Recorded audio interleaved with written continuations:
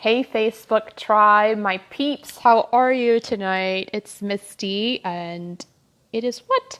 It is our vlog time. Wanted to check in with you guys today. How are you doing? Wanted to talk to you a little bit about pruning and share with you some examples from my life and discuss this with you. So look forward to, as always, sharing some thoughts on a different perspective and how to create the life that you want and live intentionally. So I'm in a phase right now where I am doing some pruning in my life, reshaping some things so that I achieve the results that I want. And I want to talk to you and see what you're doing in your life to focus on what's important and to create that one thing and to create the disciplines to create the life that you want. In order for us to grow, we have to focus on creating the life that we want. And to do that, sometimes that means we cut back what we think is actually a healthy part of our lives, and do that in a way that actually promotes the growth that we really want. So an example of this is with a rose bush. When you're cultivating a rose bush, many times there's branches that look alive and healthy, but you want it to grow in a certain format. You want it to have a certain look. You want it to be full closer to the top, not all at the bottom. And you will cut back branches even very near the base to promote that growth at a higher level. One of the things Dr. Henry Cloud told me about pruning is that we have the concept, we think pruning is just dead branches. Pruning is things that are no longer alive, that are no longer surviving or thriving. But reality is, many times pruning is something that is alive and it is actually growing and it hurts. To prune something back to create more growth means that we have to focus on getting rid of what we want to be removed so that we promote something to a greater level. So I'm in a phase right now of pruning. I'm doing some adjustments to my personal life. I'm doing some adjustments to my business life and to my friendships. I'm pruning out things that aren't in line with the focus of my 2018 goals. I'm pruning some things that aren't for the long-term plan. Short-term, they seem great, but they're not going in the direction of where I want to be headed. They're not fueling my life with more passion, more energy, more focus, more faith, more peace, okay? And they can be small things. And the reason I show this is a lot of times I feel the focus is only on abundance, is only on growing. But in order to grow, many times we have to cut back. We have to take back what isn't working. We have to take back what isn't actually thriving, maybe just existing. Maybe it's growing at a small pace. Maybe it's growing in the wrong direction. So for us to really thrive in our lives, we've got to be able to look at what do we need to prune? What is something in our life that needs pruning?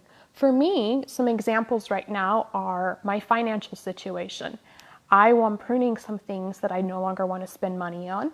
I'm focused on trying to have a tighter budget because I want to get back on track. I spent money last year where I bought my Corvette, I bought a second home, and I want to build my savings back up.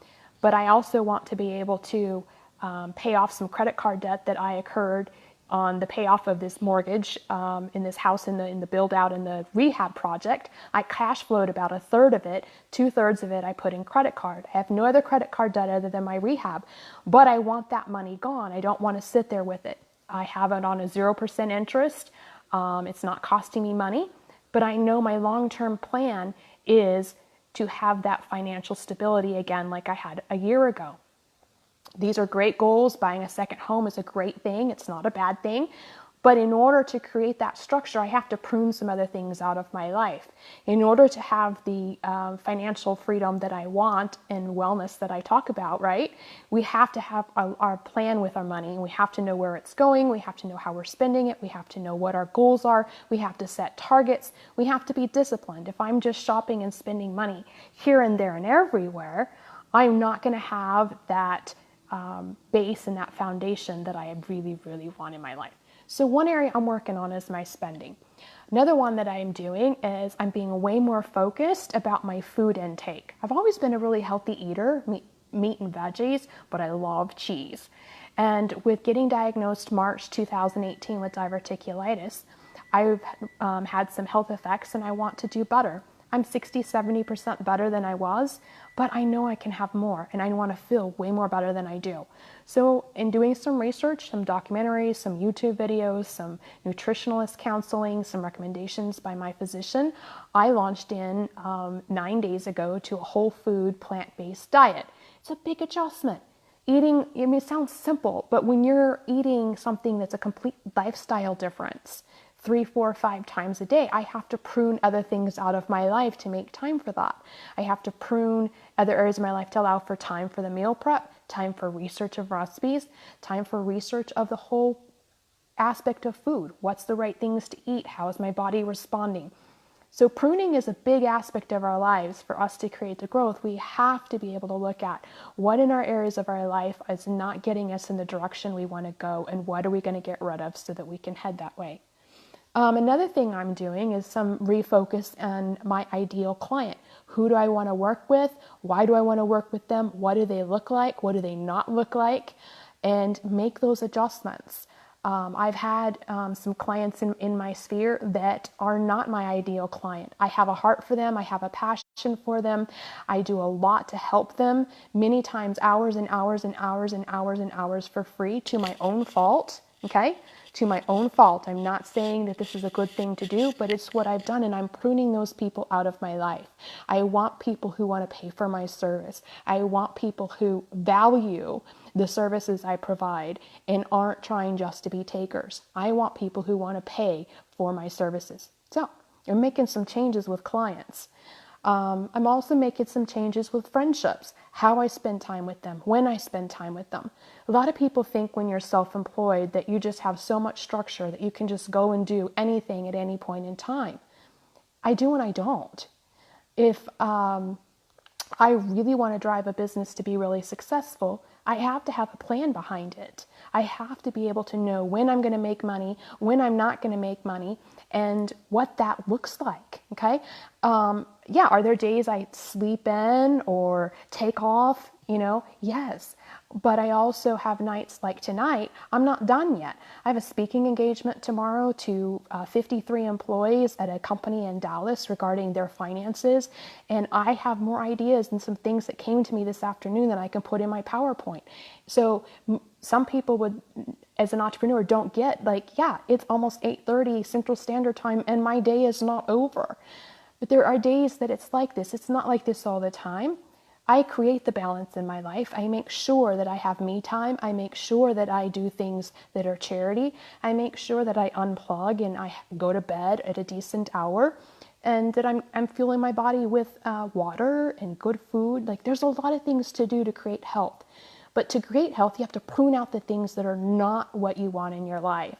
So as much as you follow personal growth development and leaders and influencers and people that are in your life that are a mentor and a coach, spiritual, mental, physical, whatever level, you also have to prune.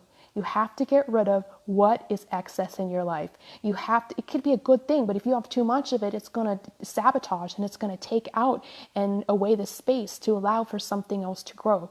In order to really have success, for you to get to that level that you really want in your life, you've got to be willing to cut out what is unimportant. Nothing wrong with social media. Spend time on social media as it fuels you. There's nothing wrong with friendships. Spend time with friendships that are cultivating a reciprocal exchange, that are feeding into your life as much as you're feeding into theirs. Okay? There's times it's out of balance. There's times people pour into my life more than I'm giving to them, right? And there's times I'm pouring into their life more than they're pouring into me. But the honest truth is, if it's not adding value to your life, it's not fueling your long-term vision, you will not get where you want to go, period. Some of my goals this year are to quit procrastinating and get my book published, okay? I've told you guys, I had a goal to publish it 2 years ago. It didn't happen. No excuses, there's reasons why, but it didn't happen. I'm done with that. It's time to make it hit the market, okay? There's other goals I have. I have a set number of speaking engagements I want to do this year. I have targets I'm going to reach. And if I spend all my time goofing off without a plan and not being focused to make those things happen, it will not happen. Just like with my TED Talk, I shared with you guys, I was very disciplined to do and work every day on my speaking, practicing in front of the mirror, practicing into a recording, hearing the recording back to me, listening to the recording and saying it out loud at the same time. I had ways I practiced over and over and over, but I did it every day. If I hadn't of, I would not have rocked that speech. Period. I made time and I cut other things out of my life so I could make that happen. So when you look at your goals, we're 6 weeks into 2019. What do you want 2019 to end like?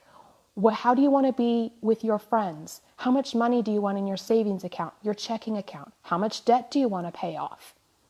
What do you want to buy?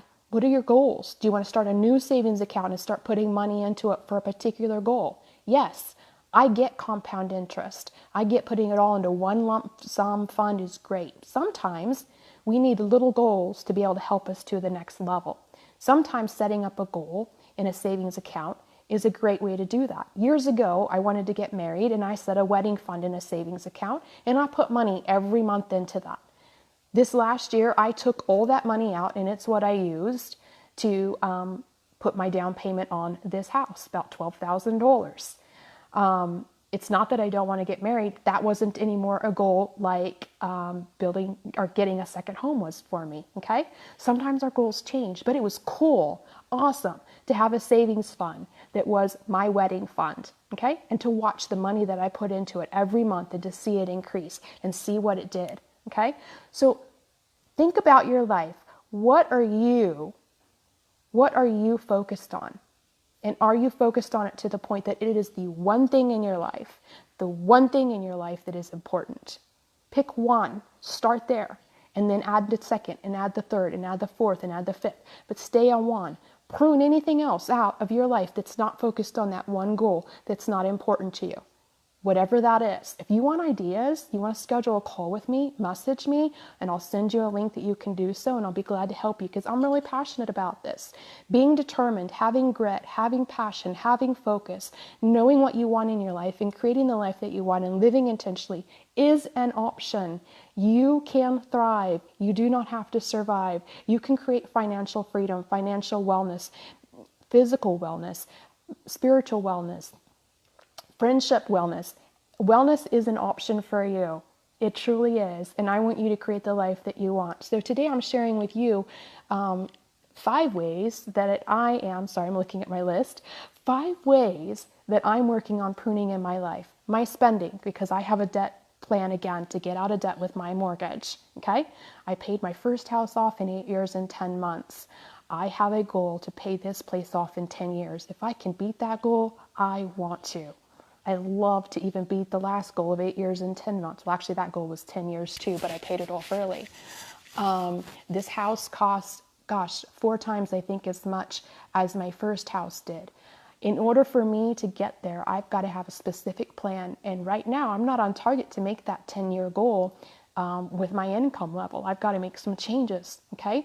So in order to figure out what you want in life, you got to figure out what you don't want and prune those things out. Get rid of those things in your life that are not feeding you and helping you to whatever it is that you want to get in your life. Start with this year. Forget 2 years, 3 years, 5 years, 10 years.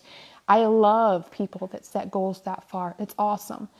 But do not set goals that far that you can't even tend to goals to today. Start with today. Make a focus. Make a plan. And money is one of those areas. Money is one of them because it feeds so many other goals. So think about how much money you want to make, where you want your money to go, and set some targets and look at your spending. Maybe for you, you've been like me, you've been a little sloppy about how you eat. You know, I don't eat Twinkies. I don't eat soda pop. I'm not a big sugar fan. I'd rather have a steak and a baked potato loaded with sour cream and oozing with cheese many times over before I ever had another chocolate chip cookie. Hands down. Chocolate chip cookies are yummy, but I don't like them like a big steak and baked potato. But the thing is my health was at a point that I needed to make some radical changes and try to fix something. So I'm launching in to a 28-day whole food plant-based diet. I had to make changes and prune other things out of my life to allow time for this. I talked about some changes I'm making with clients and friendships and how I'm focusing on what my one thing is every day. What's yours? What's your one thing you want to achieve in 2019, and what will you prune so that you get there and make it happen? I'd love to talk to you. I'd love to encourage you. I'd love to support you. And if that means that you just want to rewatch this video and think about some of the things I said, do it. This is a different perspective, episode number 4. And I can't wait to talk to you guys again soon. Enjoy your evening. Above all, remember, I love you.